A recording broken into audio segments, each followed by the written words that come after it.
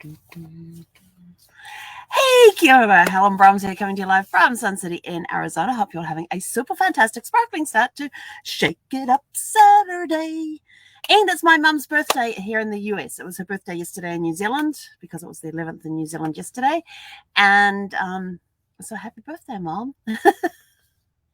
Sent her birthday messages last night, or yesterday morning. So when she woke up, they were already there on her phone. But yeah, it's my mum's birthday today. So how is your Shake It Up Saturday starting to shake up? Yeah, that's right. Shape up. Shape up. That was a... Oh my gosh. I think I need to go back to bed. We're on a little later than we normally are on a Saturday morning, but that's because we changed things up a little bit this morning. Woke up to a splitting headache when my alarm went off at 5 o'clock at 5:07 this morning. So I turned the alarm clock off, rolled over and went back to sleep. And I knew that I wouldn't sleep very long. And as it was, I slept till 7 o'clock. So I thought that's not too bad.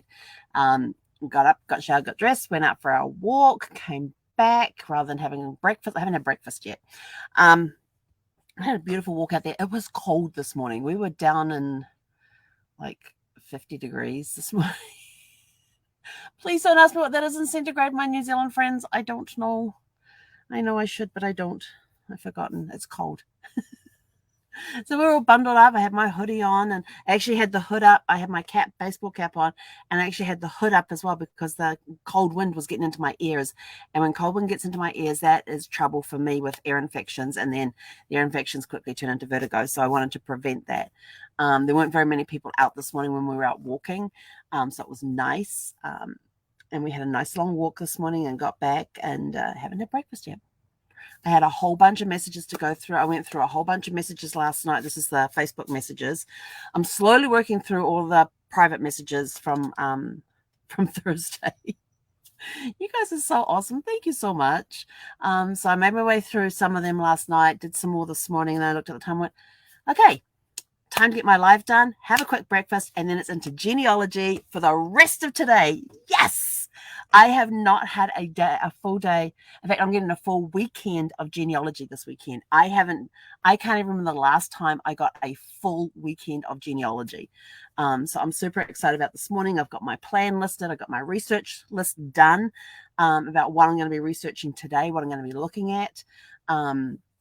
Which profiles I'm going to be working on. I'm actually going to be, as soon as I've had breakfast, we're going to be recording a discovery for a client. And the discovery for the client is the reveal. The discovery call's at the beginning, the reveal is at the end. So I'm going to be recording a reveal this morning and sending that to a client this afternoon. So I'm super excited about that. Unfortunately, she couldn't get on a Zoom with me this weekend, which is okay.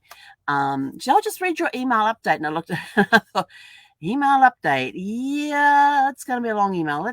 And I thought it might be better to record it because then I can show her. And if I'm capturing my screen at the same time, I can then show her exactly how the links are working, the information that we got, the records we got, and that sort of thing. So I'm super excited to be able to do that today. So I'll be starting that recording in about 45 minutes and get that done for her, get it all uploaded to her file for her so that she can sit back, relax, and watch it. And then let me know if she has any questions. And then after that one, I've got another one that I have. I've done half of the tree. I just need to do the other half of the tree. So we'll get that knocked out today. Hopefully get that knocked out today, depending on resources. And if not, we'll work on that again tomorrow. I have a new client that I will be starting this weekend. And I have another one I have to send a contract to. So it's a full weekend of genealogy. I am so excited. I get to do my passion all weekend long. I am super excited about that. It means I'm going to get hand cramps because I got to write down every place I go to, when I went to them, what I discovered. It's all part of the resources, the research log, because it gives you dates and times and where you went, what you discovered. Did you discover what you were looking for? Did you not discover what you found? If you found what you were looking for, what did you find? If you came across a certificate, you've got to actually transcribe out the certificates, which is kind of interesting. People go, oh, just do that. And I'm like, yeah, no, we transcribe out. I transcribe out the certificates so I can go back and have a look. And if there is a next screen, I always go to the screen before and after when I'm looking at any documentation, because you never know what you could find. Yes, found a baptismal record that day. That opened a world, because you always look above and below. You're looking in a record book, always look above and below. Like that's how I discovered my third great grandfather's baptismal record with his date of birth. We already knew the date of birth. We just couldn't find any more information about him. We finally found his baptismal record. And so, as we normally do, I looked at the one above it. Nothing there. Looked at the one below it and went, wait, that's the same mother at the same address as the one listed above at my third great grandfather's baptismal record. But she's got somebody else listed as the father, and my fourth great grandfather is mentioned, but at a different address. So it's like, this is interesting. What happened here? Did they get divorced? I mean, this is in the 1850s, and I don't think divorce was even around. What happened? He must have passed away or something, because nothing on the baptismal record said that he was deceased. But they actually, they waited till my third great grandfather was 5. So sometime between when my third great grandfather was born and when he was 5, something happened in there that she ended up getting married to the guy who, when we went back to the census records, discovered that he lived next door. So when we went back to the 1851 census, we had a look at that and had a look at the neighbors, and he happened to be the guy next door. Because my fourth great grandfather was a jeweler, and he was one of those traveling jewelers that would go to the foreign countries and things. And one census is listed as a foreign agent. Oh, a spy! Yes, actually, it was on my third great grandfather's, on his marriage certificate that he was a foreign agent or a jeweler. And then on the 1851 census, it had that he was a foreign agent or a jeweler. So on both of those records, one said foreign agent, the other one said jeweler. I can't remember which way around it was. It's been a while since I looked at those documents. And so sometime between when my third great grandfather was born and his baptism, which was 5 years after he was born, something happened in there in which she ended up married to the guy next door. Because on the 1851 census, she said she was the wife of, that might have been the one that said jeweler. So he was still around at that point in 1851, but but next door was this, and so I'm like, well, because normally in that day you'd follow your father's trades. So how did my third great grandfather end up being a bookbinder? And it turned out it was because it was the guy that lived next door was a bookbinder, and that's the one that she ended up getting married to between the 1851 census and he was born in 1849. Yeah, and when in his baptismal record, which was like about 3 or 4 years or something. So something happened with my fourth great grandfather. She ended up married to the guy next door who was the bookbinder.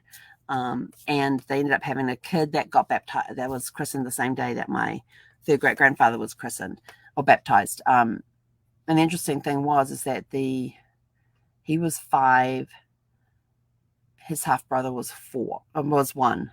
At the time, I'm trying to think, was he 1? Yeah, he was 1. So it's sort of like, something's happened. What's been going on here? So now I'm on the hunt for my fourth great grandfather to find out what happened to him. But today it is not about my genealogy. It is all about clients' genealogy. So, and that gets me even more excited, because I get to go and discover if they've given me a problem to solve, I get to go help solve that problem. If they've given me, we've heard this rumor, I get to go find out if that rumor is true or not. So I get to have fun today. With my own family tree, it's just pure discovery. Who is this person? Who was this person? When were they alive? What historical events were taking place at that time? That sort of thing. And then trying to find out as much as I could about the person. But this time we are doing it for clients. So we are solving mysteries. We're finding the truth behind stories. We're looking for missing ancestors. So it's going to be a day of discovery today and tomorrow. And yes, I have to sit at my computer and do that, which is the only bummer part about it. So don't have the room in here for a standing desk, because that would be nice. But I do remember I have to take breaks. So I will be using my time in a day to take breaks, to make sure I do take breaks, because I'm very bad about that when I get stuck in genealogy. And Zeffie's sort of started lately coming up and sitting here and whining until I stand up. And then she just sort of like walks off. And sort of like, what the heck? And so I figured out she's telling me I need to take breaks.